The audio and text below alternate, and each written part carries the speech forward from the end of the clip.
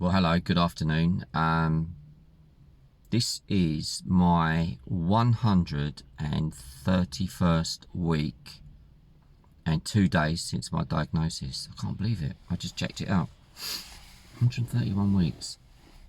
So this is my continuation of my thoughts about this situation, dealing with prostate cancer.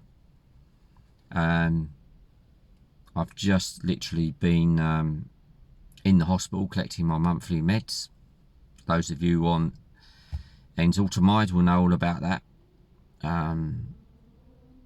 So I go in the chemo wards. I have to sit in there for a while and do a few checkups. And sometimes it brings it back down to earth, really, how at the moment how lucky I am, because when I see the chemo patients and I look at them, and it does bring a lot of feelings and empathy about what they're going through, and luckily I haven't got to that stage yet. So yeah, fingers crossed I get to avoid that. But they're all happy, they're all chatting, they all put on a great sort of show. And there was an elderly lady there who was the star.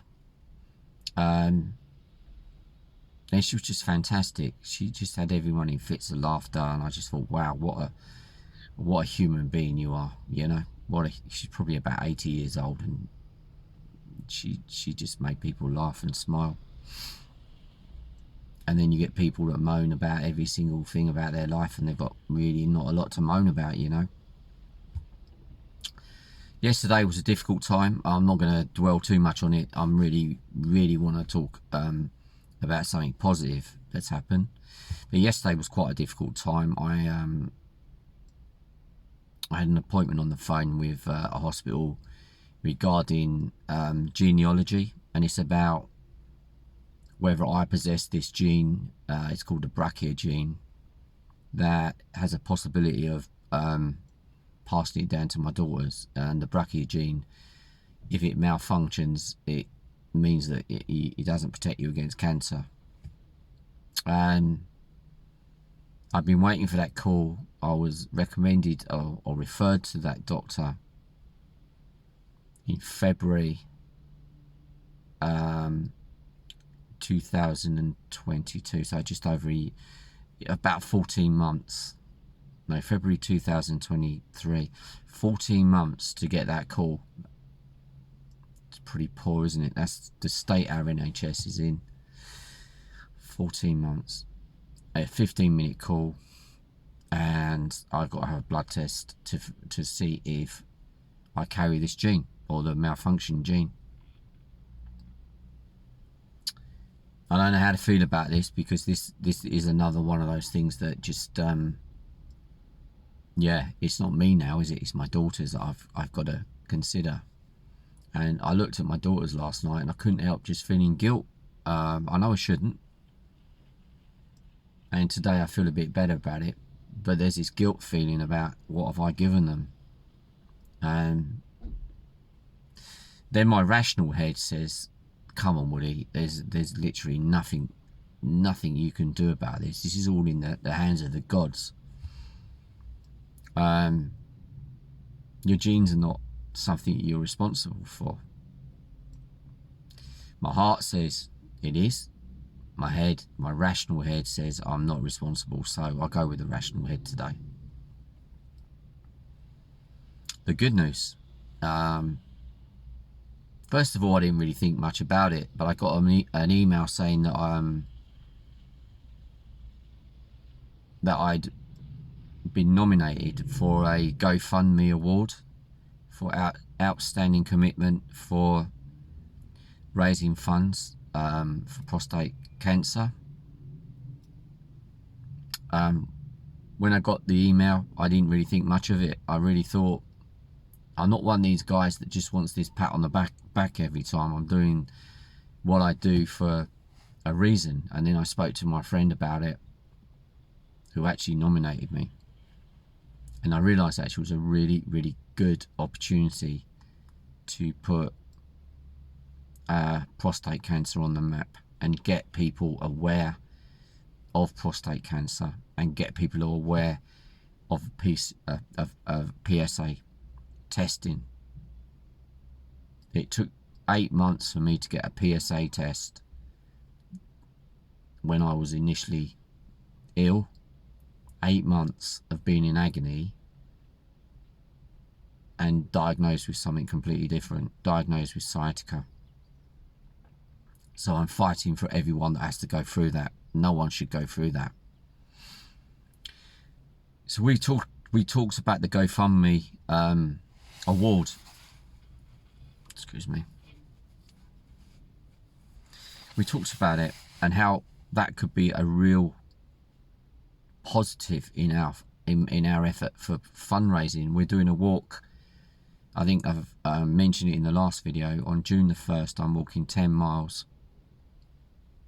From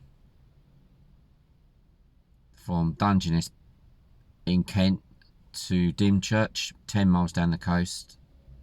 And the last 3 years I've done a walk of some kind.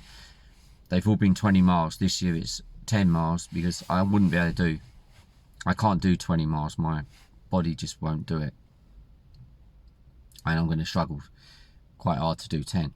But there's going to be a lot of us doing it, I think. And there's a lot of support behind this. And with this GoFundMe nomination, it's a chance for me to perhaps spread the word in an environment. I mean, I doubt I would ever win the award. There's got to be people out there that are more deserving than me of an award. There's a guy that last year walked a marathon every single day. Every day, 365 marathons in a row. Unbelievable. And yet you probably had never heard of him. There was not much made about him. I follow him on Twitter. Amazing guy. So me walking 10 miles a year, and then next year I do something, you know, is nothing really. But it's the things, it's the chance to raise awareness that I want. So I'll plug it as much as possible and ask people who watch me to do me a favour, because this is for you, this is for everyone, this is not for me, this is for everyone that's got prostate cancer, in my mind, to nominate me. Okay, I do it for everyone, not for me. I don't want I will feel embarrassed with people saying, oh, you deserve it and things like that. I don't know.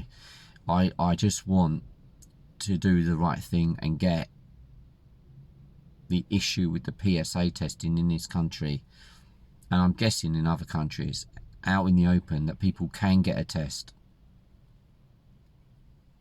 And perhaps, who knows, I don't know, if I'd been tested at the beginning when I had all the symptoms of prostate cancer. But I didn't know that. I was ignorant to it. Perhaps, you know, might have made a difference. Maybe I'd have not got to stage 4. But I'm not gonna. That's not something I'm about. In many ways, stage 4 cancer has changed my world and made me see the world better. There's been some positives. So all you have to do, I will put the link on this video on the description. You